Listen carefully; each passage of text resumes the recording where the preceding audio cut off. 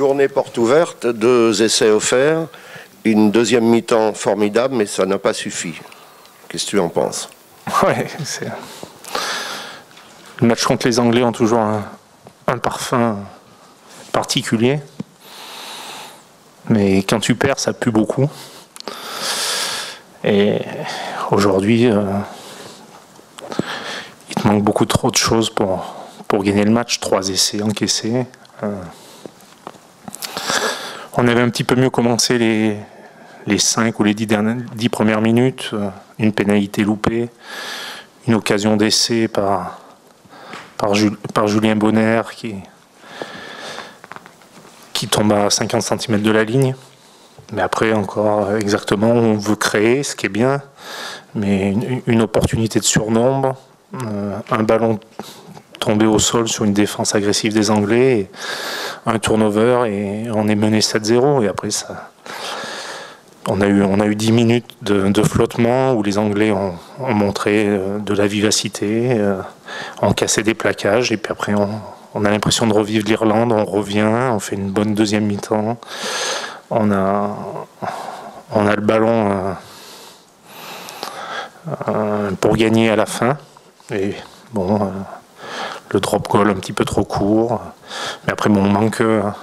C'est le très haut niveau, on manque trop de justesse. On se crée des surnoms, on se crée des possibilités, mais on manque. On manque de justesse technique, on manque de repères collectifs, et ça, les entraîneurs et moi-même, je le prends pour moi, parce que voilà, on essaye de faire plus de choses, et on a encore du mal à l'assimiler, même si tu revois le match. Le problème, c'est quand tu crées beaucoup et tu marques très peu, et à chaque fois que tu fais une faute, tu prends 3 essais, je crois qu'on doit faire 70 plaquages dans la partie, donc ça veut dire que les Anglais, on savait ce qu'ils allaient faire, gros rideau défensif, occuper le terrain. Par contre, à chaque fois qu'ils ont mis c'est comme en tauromachie, à chaque fois qu'ils ont mis une banderie, ils ont fait kin. Donc après, bon, je manque aussi de gestion. On est à 15 contre 14 pendant 10 minutes, au lieu d'avoir un peu plus de lucidité, un peu plus de patience, de conservation pour les mettre à la faute.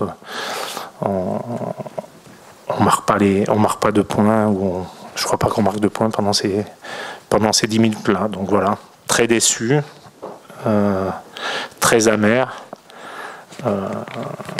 Ma première défaite, donc voilà, je suis prêt.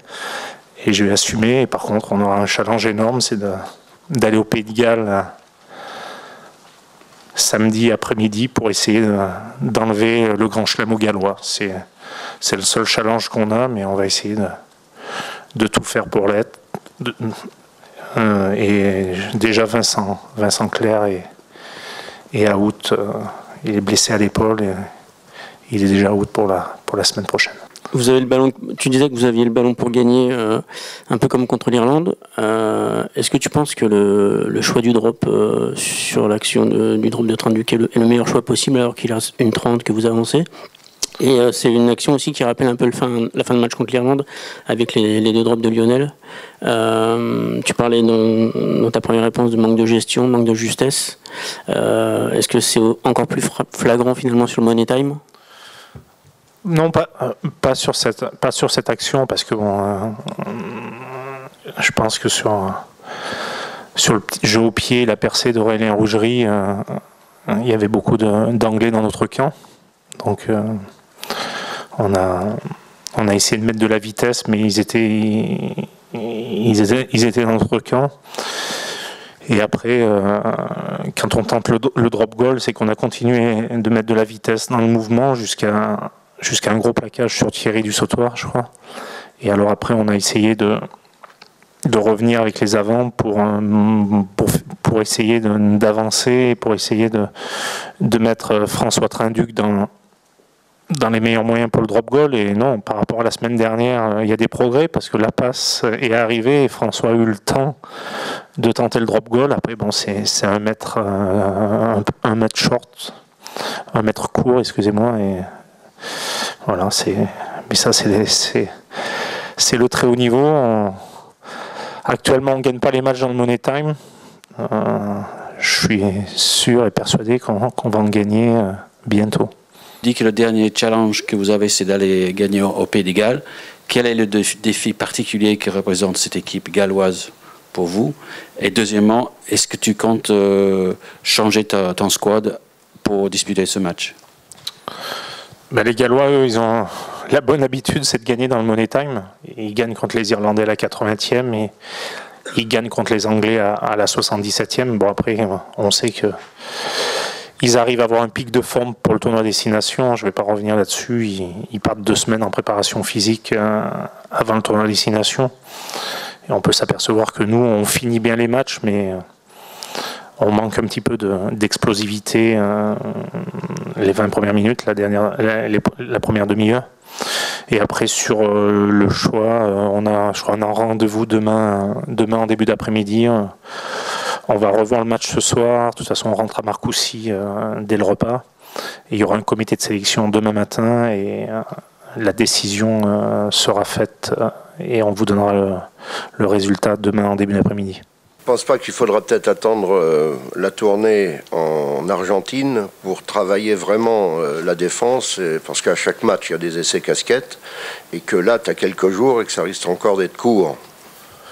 Mais ce qui est sûr, c'est qu'en tournée en Argentine, on va repartir sur un nouveau cycle, avec des jeunes joueurs qui ont commencé ici, mais avec pas mal de nouveaux joueurs. Ça c'est sûr.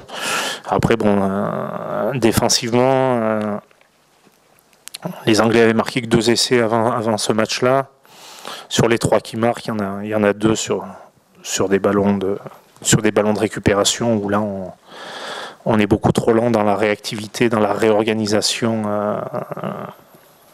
par rapport à un ballon perdu. On sait que dans le rugby moderne, les ballons de contre sont les meilleurs. Nous, le problème, c'est qu'on on le conserve et à un moment donné, on le perd et après, on est désorganisé. Et après, il faut féliciter les Anglais qui ont la justesse, la vitesse et la vivacité pour finir les actions. Mais je pense que c'est difficile là, mais quand je vais revoir le match ce soir, ça va être encore plus difficile parce que j'ai vraiment l'impression qu'on s'est créé énormément de situations. On est encore, je crois, pénalisé 5 fois, ils sont pénalisés 11 fois. Ils ont un carton jaune. Donc on met les équipes en difficulté, mais après le très haut niveau, c'est plein de petits détails. Et il faut marquer dans tes temps forts, et pour l'instant, on ne marque pas assez. Tu avais décidé de changer ta charnière pour ce match, justement en mettant Lionel Boxis, de jouer davantage au pied. Qu'est-ce que tu as pensé du jeu au pied cet après-midi? Je pense que Lionel a eu un jeu au pied quand même très très long. Les 5, comme je vous ai dit auparavant, en début de match, on se crée des possibilités de marquer, de prendre enfin le score. Mais bon, on a une fâcheuse habitude.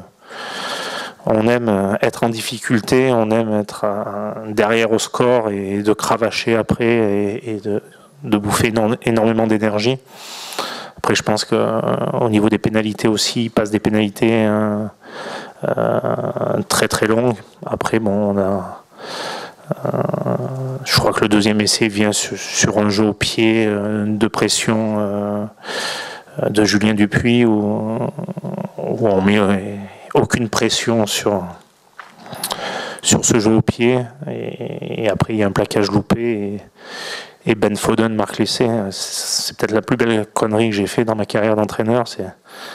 C'était un demi de mêlée, je l'ai mis à l'arrière et aujourd'hui il nous tue. Deux questions. Tu parlais de ta première défaite. Comment tu la vis personnellement? Et d'autre part, est-ce que tu as le sentiment que la meilleure équipe a gagné?